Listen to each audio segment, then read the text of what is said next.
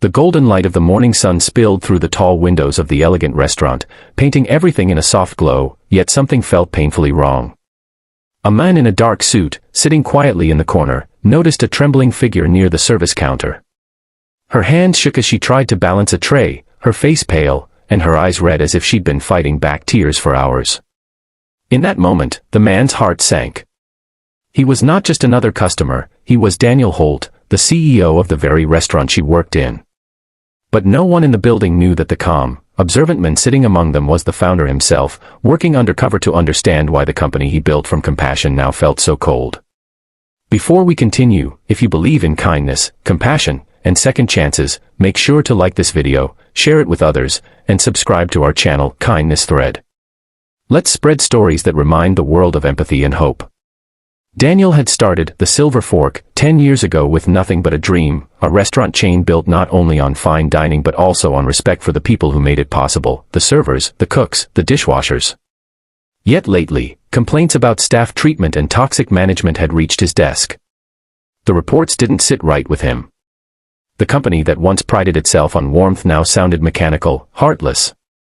So, Daniel decided to disguise himself as a new customer for a week, visiting one of the busiest branches under a false name. What he didn't expect was that one broken soul among the smiling staff would change everything. Her name was Emma. She couldn't have been more than 23, her hair neatly braided, her uniform spotless, her smile forced but polite. Daniel noticed the subtle tremble in her voice every time she greeted a customer. She seemed exhausted, not just physically, but emotionally, like someone carrying the weight of a world no one else could see. During lunch hours, while everyone else laughed or chatted, Emma stood apart, silently wiping down tables, her eyes glancing toward her manager nervously. The manager, a tall, cold-looking man named Victor, barked orders without an ounce of empathy. Daniel watched him snap at her for small mistakes, for being too slow or too soft-spoken. Each time, Emma's eyes dimmed a little more. That evening, when the restaurant was nearly full, the sound of breaking glass startled everyone. A wine glass had slipped from Emma's shaking hand, shattering on the floor. As customers turned to look, Victor's voice thundered across the room, his anger echoing off the walls.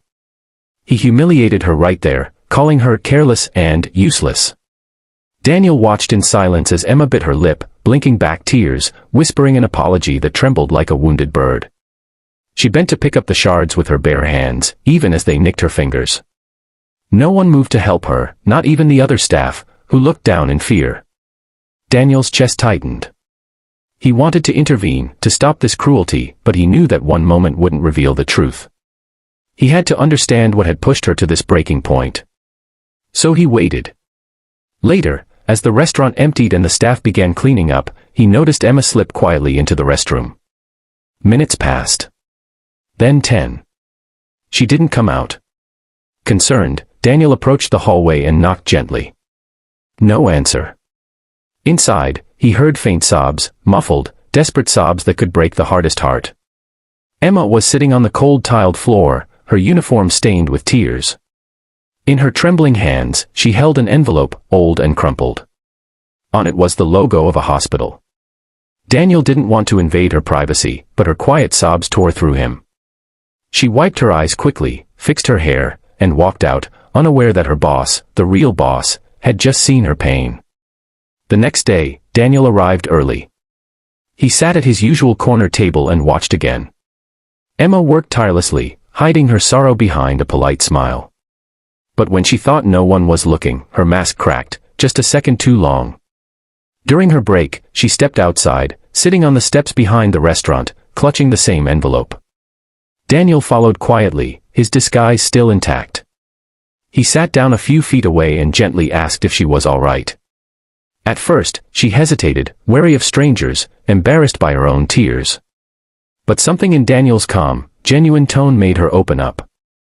She told him her mother had been battling a rare illness for months. Emma worked double shifts to pay for treatment after her father abandoned them. Every cent she earned went straight to hospital bills. Recently, her mother's condition had worsened, and the doctors had given her a final date for an urgent operation, one she couldn't afford.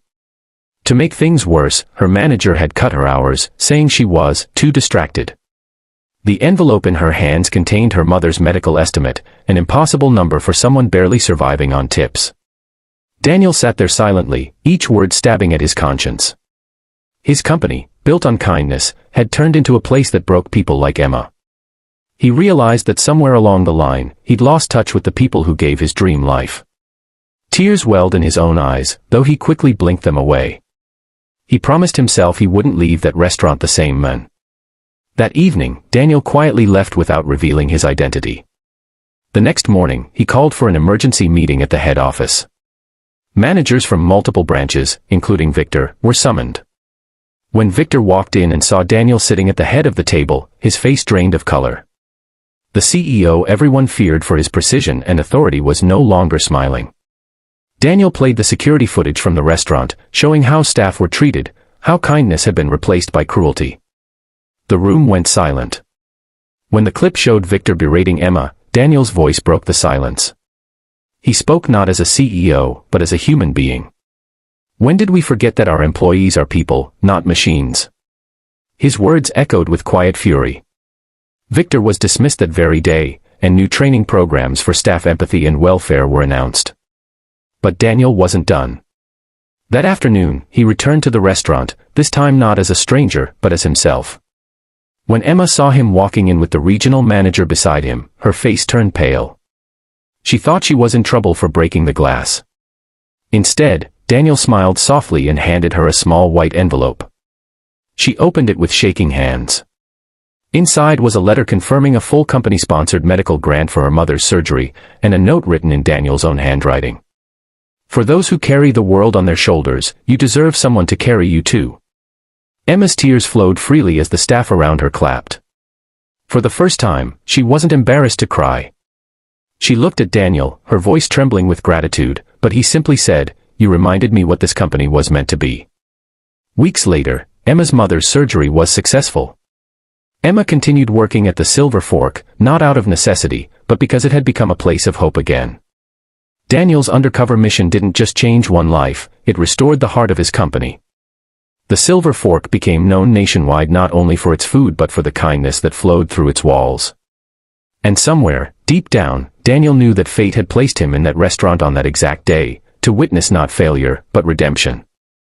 If this story touched your heart, please like, share, and subscribe to Kindness Thread. Let's remind the world that empathy is still alive, and sometimes, one act of compassion can change everything. Special request, comment below with the words "Kindness Lives" if you believe the world needs more stories like this. Because sometimes, the smallest tear can awaken the greatest change. Speech balloon before you go, tell us in the comments, what's one time someone's kindness or hidden talent surprised you and changed how you saw them? Because sometimes, the people we overlook are the ones who hold the power to change everything.